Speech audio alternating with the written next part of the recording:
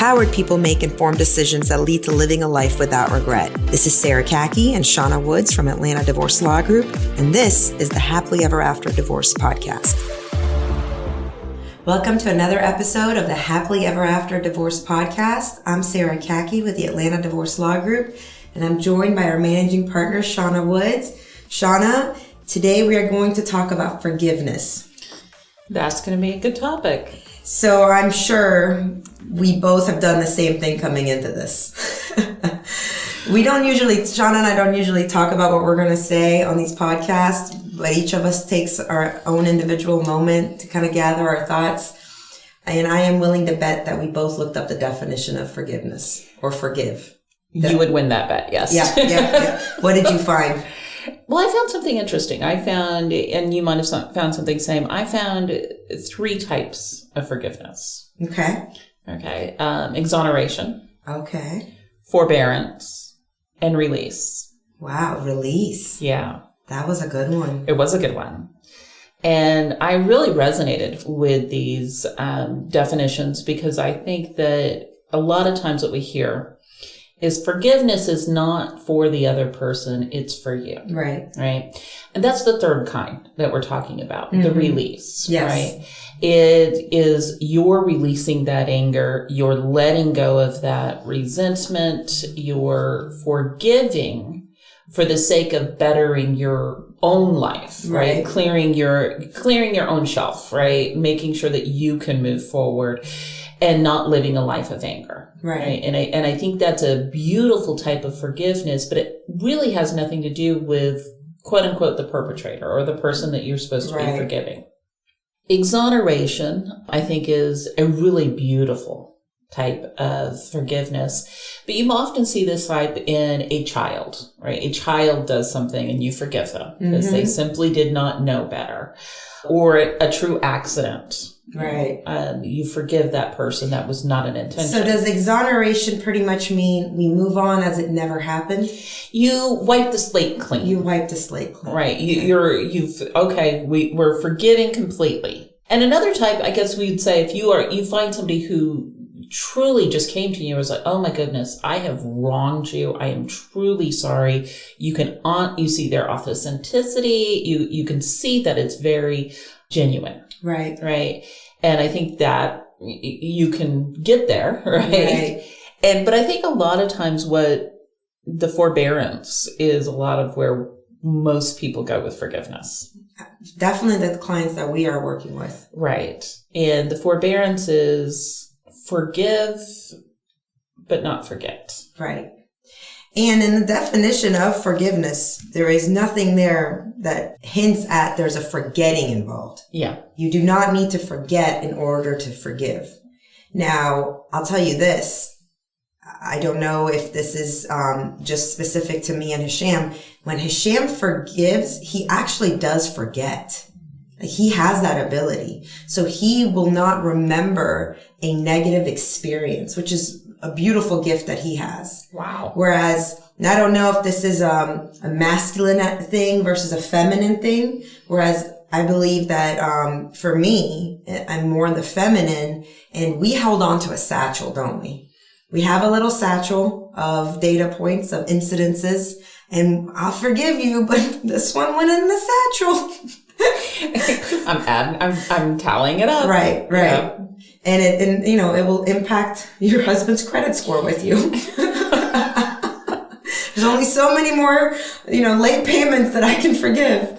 And I think that one of the things that is hard, when you're in a marriage is which type of forgiveness are you wanting to do? Right. And are you guys wanting to do together? Right. And obviously, I think one of the key points is what is the intention of the person asking for the apology, asking for the forgiveness, and how big a transgression, of course, is also, because there's some transgressions in a marriage that people have drawn that line and said there's no going back. Right. And at that point, I think the only type of forgiveness is the release. And I think it's important for each of us to know and for us to relay this to our partner in life and to our closest people in our lives of this is what I need in order to forgive. And to give that to the person who is deeply wants to make things better. Yeah. In order to have that level of maturity to actually give them that of this is what I would need. Have you ever thought about what you need in order to forgive? I have. Okay. And of course, there's the minor things that are easily forgivable, and the accidents, so to speak, or something that you meant to say but you didn't understand that it really hurt that person's feeling. Right. For a big transgression, for something that is major, that is maybe life-changing. Mm-hmm. There's a beautiful part of the Jewish faith about forgiveness that I really took to heart when I heard it. And I'm totally paraphrasing because I am not of the Jewish faith, but a friend of mine shared this with me. To ask for forgiveness, you have to first state what it is you're asking to be forgiven for completely. You have to acknowledge the thing that you did, the pain that it caused, and then genuinely ask for forgiveness. And what we see a lot of times is people who don't want to acknowledge the extent of their bad behavior. Mm-hmm. They want to give you a little bit and then, oh, but you forgave me for that. So we don't have to go into all of what it was. But for me, I have to have somebody who would say, here's all of what I did. I acknowledge all of that was wrong, and I'm asking you to forgive me for it. That is very important for me as well. When I'm receiving an apology, I need to hear from you specifically. What did you do wrong? I still carry some of the pain if I'm the one that has to tell you what you did wrong. And that's not always fair. Yeah. Sometimes people just don't know, right? And they just can tell that you're upset about something and they come to you and you're not able to be the same with them. It helps a lot for me if somebody can truly from their own words acknowledge and give me the validation of my feelings. And I think that's a part that if you are in need of someone to apologize to you, you need somebody to help you understand and help you heal from that. And of course, we all understand that it's for us. Giving forgiveness first starts with doing it for ourselves. But what can you do for yourself? How can you stand up for yourself and say, hey, when I need forgiveness from someone, I'm not just going to sit by and be upset and be mad and wait on it and hope that things will get better. Sometimes you may need to go and let this person know, hey, this really upset me. And here are the reasons it upset me. And here's what I need you to do in order for if you want my forgiveness. Mm-hmm. And it's not so much even just doing it for that person to give that person the chance to apologize. It's a big, big message to your own mind that when I need something, I stand up for myself and I go ask for it. It goes beyond just, receiving apologies. It's a big message to your own sense of self, to your own self-security, that I don't just wait by to be made whole again, but because somebody decided to take the moment and do that or didn't. But will stand up for myself and will go ask to receive what it is I need to move on. There's another big trick to forgiveness that I had to learn. Forgiveness actually starts with forgiving yourself. And I think this is the part that is hard for us to internalize, because in every transaction we have with somebody, every incident we have with somebody, every experience we have with somebody, there's always two parts to it. Doesn't mean you didn't get wrong. 100% you got wrong. But you had some part in being wronged that you're not forgiving yourself for. And it might have not really been your fault at all that this happened, especially when we're talking about children. This is the hardest part of when children are wronged.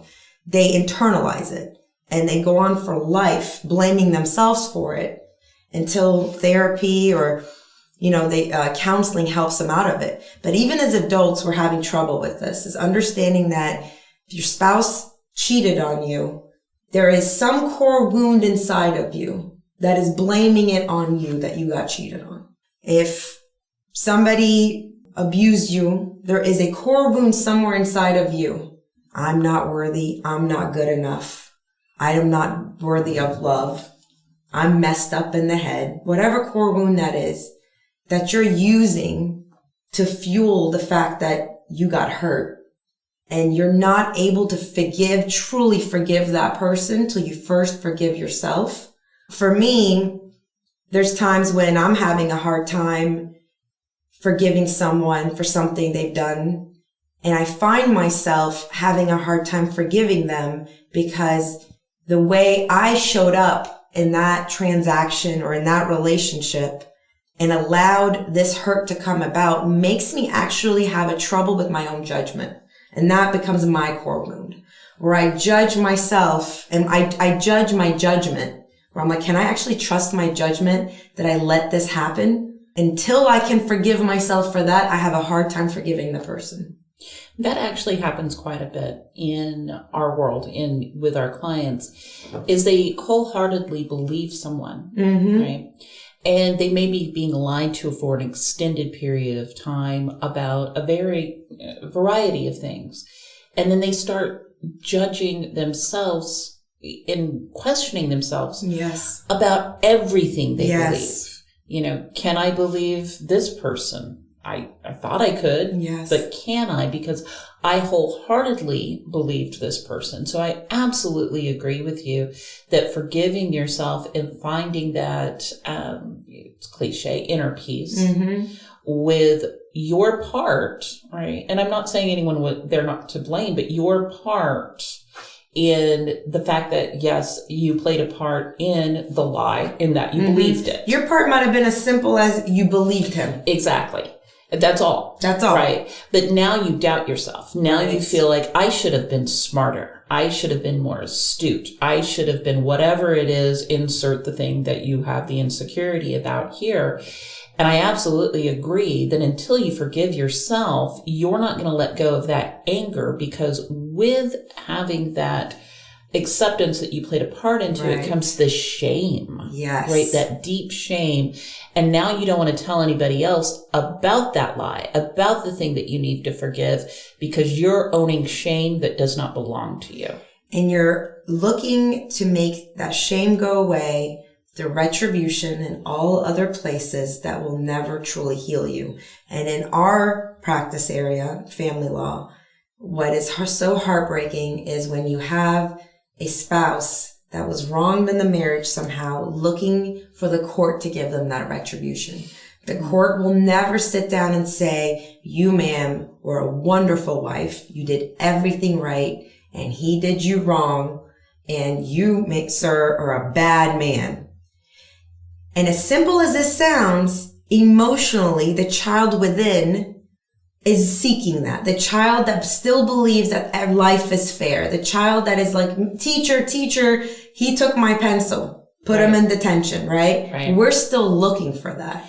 Absolutely. I cannot tell you how many times I've had to say to either spouse, husband or wife, the court is not going to flog them in the middle of the street. They are not going to declare your spouse was a jerk day. Right. You're not going to get the validation you think by telling your story in court.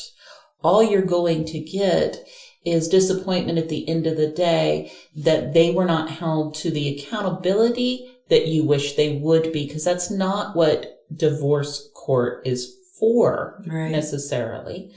If there's financial things we can have some, I wouldn't say retribution, but reimbursement anyway. But the vast majority of time, even when we're talking about adultery or, verbal and mental abuse, which is very prevalent, in divorces, it's not going to be that satisfaction that you think you're going to get from the court. And I think would be interesting for a lot of us to think that even if we're not in a divorce case and it's just a family relationship, a friend, somebody out there that you feel hurt by, that you haven't been able to forgive yourself for your part in that hurt, where are you seeking retribution for that? And how are you showing up because of that retribution that you're seeking? I think that's it. Was really good. Thanks. Thanks for listening to the Happily Ever After Divorce podcast. If you'd like to learn more, go to atlantadivorcelawgroup.com/resources.